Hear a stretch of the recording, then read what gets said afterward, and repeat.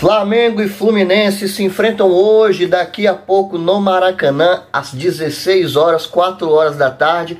E você vai saber tudo sobre esse jogo de hoje e vai assistir aqui conosco, hein, galera? A partir das 3h30 já estaremos aí ligados nesse jogo, fazendo transmissão ao vivo com nossos parceiros Cadu SRN, ligados no Fla 1981 e Fla Barrigudos. Então fique aqui com a gente até o final para você saber sobre esse confronto histórico. Saudações rubro-negras! Fala aí, galera do Flanático Rubro-Negro, meu nome é Alan Castro.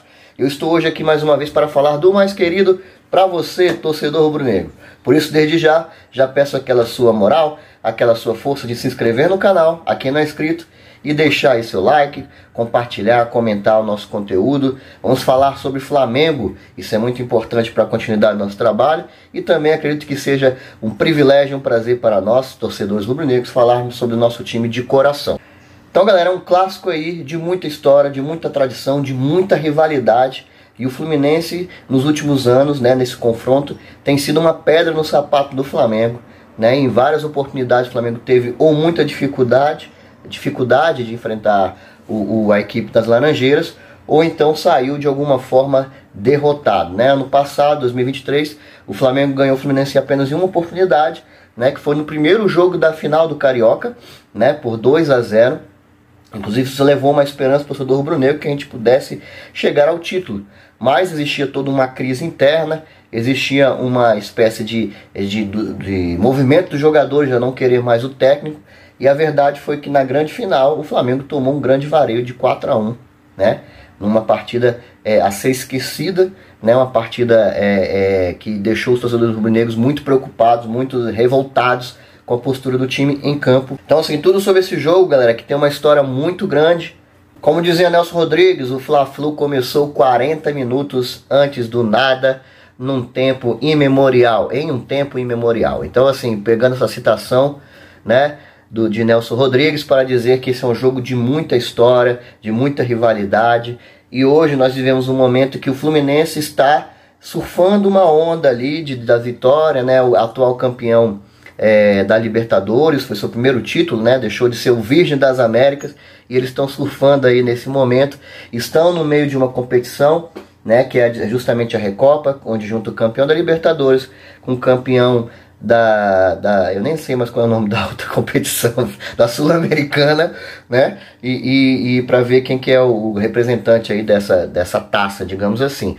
O Fluminense que vem de uma derrota, né? Perdeu aí no gol no finalzinho, lá na altitude de Quito, para a LDU, também conhecido como a Liga dos Urubus, e vai ter que reverter o jogo aqui na semana que vai iniciar, né? Que se inicia hoje, melhor dizendo, quinta-feira, se não me engano, o jogo, quarta, quinta-feira, no Maracanã, né? Bom, as duas equipes estão liderando o Campeonato Carioca. Flamengo com 21 pontos, né? Flamengo está à frente pela questão do saldo de gols. Flamengo tem a melhor defesa, Flamengo tem o melhor ataque, né? E por isso lidera a competição. Ambos estão invictos no Campeonato Carioca, né? Lembrando que o Fluminense também estava invicto na temporada, mas perdeu agora para a LDU. Esse jogo vale, dizia eu, esse jogo que está valendo a liderança dessa Taça Guanabara, do primeiro turno, vale, e o que leva uma vantagem para as fases finais. Está valendo a Taça Guanabara, principalmente se o Flamengo ganhar, né? Se o Flamengo ganhar, o Fluminense teria que golear o Botafogo na última rodada, que é o último jogo deles, e o Flamengo ainda perder para o Madureira, ou perder por uma grande quantidade de gols para o Madureira, o que dificilmente aconteceria em ambos os cenários. Então, para o Flamengo, uma vitória representa a Taça Guanabara, praticamente. Se não matematicamente, mas assim, praticamente leva esse título. E, apesar de algumas pessoas dizerem, está comemorando Taça Guanabara, é só Taça Guanabara, tô comemorando sim. Eu acho um fato importante, porque nós viemos de um ano 2023 de muitas decepções, que a gente disputou muita coisa, não conseguiu levar uma taçazinha sequer, nem a própria Taça Guanabara, que a gente conseguiu entregar no final da partida para o próprio Fluminense, né? Então eu acho que seria um marco no sentido de, ufa, tiramos aquela zica, aquela nhaca de não ganhar nenhuma taça. Já é a primeira do ano, é a primeira que a gente está disputando. Não tem como a gente já ser campeão de uma coisa importante se nem começou ainda a competição. Isso é fato, né? Então a gente tem que comemorar sim todas essas etapas que o Flamengo vai ter que recomeçar, nessa temporada 2024 para esquecer o desempenho do ano passado. Lembrando que o Fluminense ele é o atual campeão, aliás, ele é o atual bicampeão do Campeonato Carioca, ganhou 2 em cima do Flamengo. O Flamengo que tinha ganhado 2 em cima do Fluminense, não conseguiu ganhar o tricampeonato, e agora o Fluminense devolveu 2 vitórias em cima do Flamengo. E esse ano ainda tem esse peso, né? O Flamengo não pode deixar de jeito nenhum o Fluminense ser tricampeão, e ainda mais tricampeão em cima do próprio Flamengo. Então vai aí, são elementos que vão apimentando essa rivalidade de muitos anos. Esse daí vai ser o Fla-Flu 448 da história, galera, né? Já foram 447 confrontos entre as duas equipes. Eu estou pegando aqui para você, para a gente ver a quantidade de vitórias. São 162 vitórias do Flamengo, 141 vitórias do Fluminense e 144 empates. Então aí é uma rivalidade, é um confronto de muito equilíbrio ao longo da história. Sem falar que o Flamengo, o time de futebol do Flamengo surgiu a partir de alguns jogadores ali, digamos, renegados, ou que saíram do Fluminense. Então tem todo esse vínculo, né? O Flamengo começou depois, digamos assim, essa marcha, né, no futebol, e demorou anos aí para o Flamengo ultrapassar o Fluminense em termos de títulos do Campeonato Carioca. Aos torcedores aí talvez mais jovens, né, mais jovens que eu pelo menos, não pode até não ter essa recordação, mas assim, antigamente, né, o campeonato estadual, não só do Rio de Janeiro, São Paulo, entre outros lugares, eles eram a principal competição. Era a competição que existia mais rivalidade, mais desejo de se ganhar, que as equipes mais se empenhavam, era o que dividia um ano de sucesso, um trabalho de sucesso, para um ano de fracasso. As equipes brasileiras passaram anos sem disputar com muito afinco a Taça Libertadores. O próprio Brasileirão começou a ter esse formato mais de brasileiro, de juntar todas as equipes, já na década de 70, né? E até então existia alguma espécie de taças aí que representavam esse confronto de equipes de outros estados, né, para dar esse caráter mais nacional, mas os campeonatos estaduais eram que tinham esse status de principal competição, que se levava mais a sério. Então era muito importante um time, no caso do Rio de Janeiro, vencer o Campeonato Carioca, vencer os seus adversários nesse ambiente. Então, assim, era o grande objetivo das equipes. Isso é importante fazer esse registro, porque quando a gente fala assim, Campeonato Carioca, hoje em dia não tem mais esse peso. Hoje em dia ninguém mais liga para os estaduais. Eles acabam servindo mais para encher o saco, digamos assim, para inchar o calendário. Mas os clubes aproveitam para fazer uma espécie de pré-temporada, seus testes, experimentar suas equipes que estão começando a se formar na temporada. Contudo, é um tipo de campeonato que, quando não se ganha, leva a crise para o time perdedor. Derruba técnicos. Então é importante, pelo menos por uma questão ainda da rivalidade, isso está preservado. Então vale muito nesse sentido, tá? E hoje o Flamengo é o maior vencedor com 37 títulos, seguido do próprio Fluminense, que com esses últimos 2 recentes chegou a 33. Vasco da Gama tem 24 e o Botafogo tem 21 títulos. E nessas últimas 10 anos, essa última década, o Vasco foi realmente a equipe que menos campeonatos ganhou. Lembrando ainda, galera, para terminar de falar dessa questão do confronto histórico, que Flamengo e Fluminense tem um registro do maior público da história do futebol. Não é só do Rio de Janeiro, não é só do Brasil, do futebol, né? Uma partida que terminou em 0-0, uma disputa de campeonato carioca. Esse placar deu o título ao Flamengo, de 1963. Né, o ano isso. Foram registrados mais de 190 mil pessoas presentes no estádio. 177 mil pagantes, aquele esquema de muita gente que entra, né, nas gratuidades, e mais de 190 mil pessoas. Ainda há pessoas que relatam que deveriam ter até mais do que essas 190 e tantos mil, porque no tumulto, né, no momento próximo da partida, muitas pessoas até sem ingresso entraram no estádio, podendo ter passado de 200 mil pessoas presentes. Ou seja, é muita gente que tinha naquele histórico Fla-Flu de 63 e hoje é registrado como o maior público da história do futebol. Então, galera, hoje, mais tarde, pela 10ª rodada do Campeonato Carioca, às 16 horas, repito, Fla-Flu, valendo aí tudo isso que eu já falei, a liderança, Taça Guanabara, né? As equipes vão se enfrentar, tá? E o Flamengo, que vem aí de uma boa sequência, né? É o time que menos sofreu gols dentre os times da Série A na temporada, apenas com algumas dúvidas na cabeça do Tite, né? Alan ainda será preservado, ainda está em recuperação da dengue que teve. O próprio Gerson também ainda está tratando da sua infecção renal.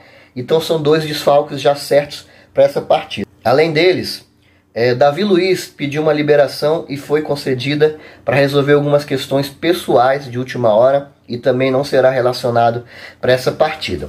Então, diante disso, né, o Flamengo, que teve, na minha opinião, sua melhor apresentação aí nesse último jogo contra o Boa Vista, né, que foi 4-0, poderia ter sido 8 tranquilamente, deve repetir basicamente a formação dessa equipe, fazendo apenas a mudança do Fabrício Bruno, que vai voltar, né, para o seu lugar. Ele havia sido poupado, volta para a zaga, no lugar justamente de Davi Luiz, né, e a posição ali do que seria o primeiro volante, que deve ser retornado com o Pulgar, que também havia sido poupado, né, ele tinha tido uma virose, uma questão assim, não jogou, né, no jogo contra o Boa Vista. Já tinha cumprido uma suspensão num jogo anterior e deve retornar à equipe como titular.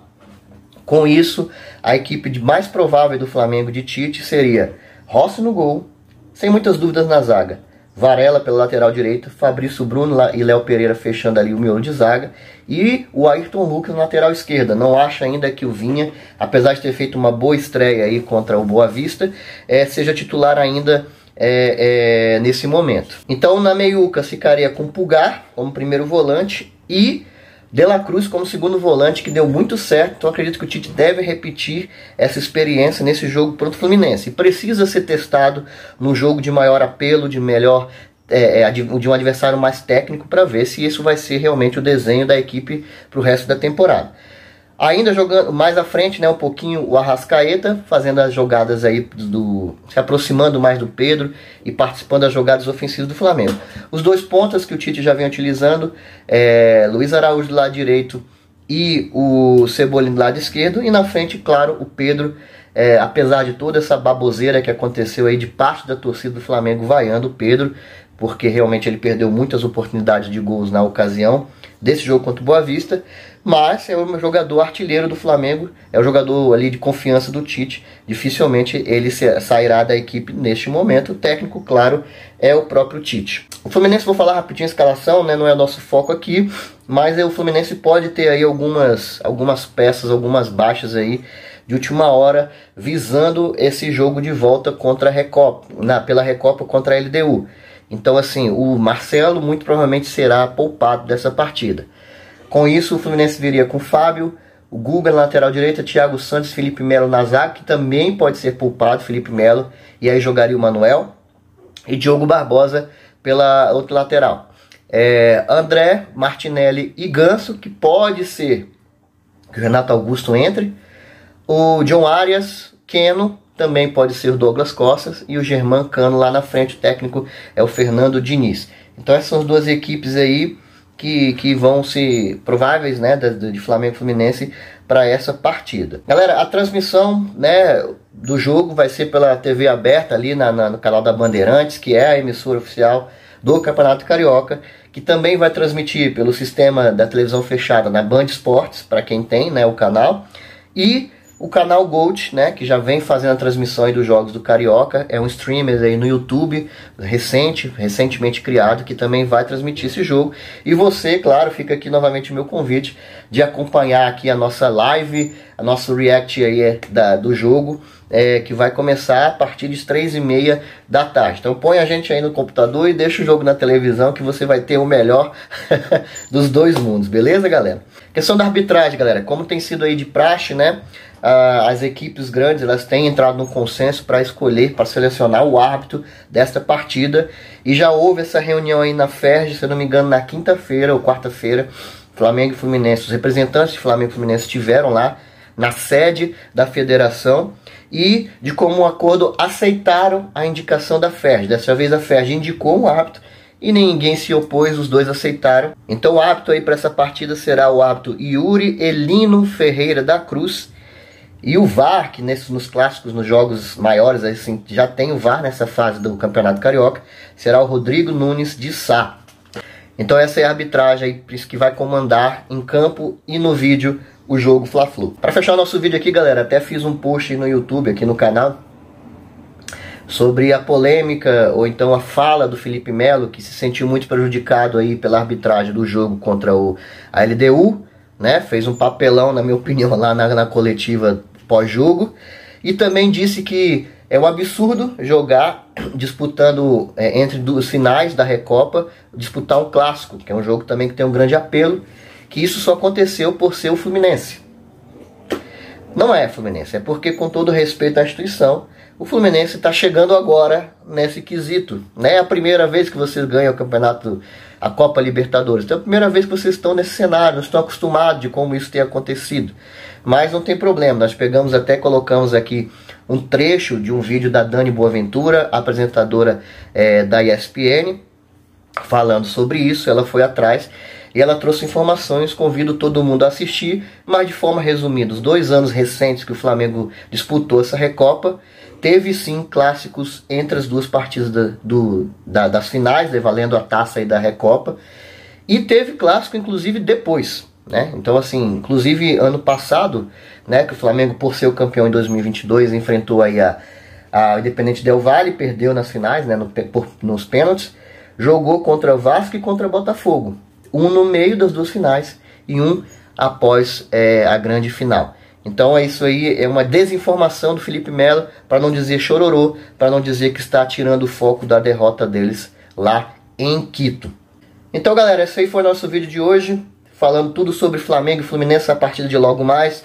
Reforço aqui meu convite para que você assista conosco a partir de 3h30 da tarde, né? E nossos parceiros que já vão estar ligados na partida. Peço mais uma vez que se inscreva no canal, deixem um like, compartilhem o nosso conteúdo. Até o próximo vídeo. Saudações rubro-negras. Valeu!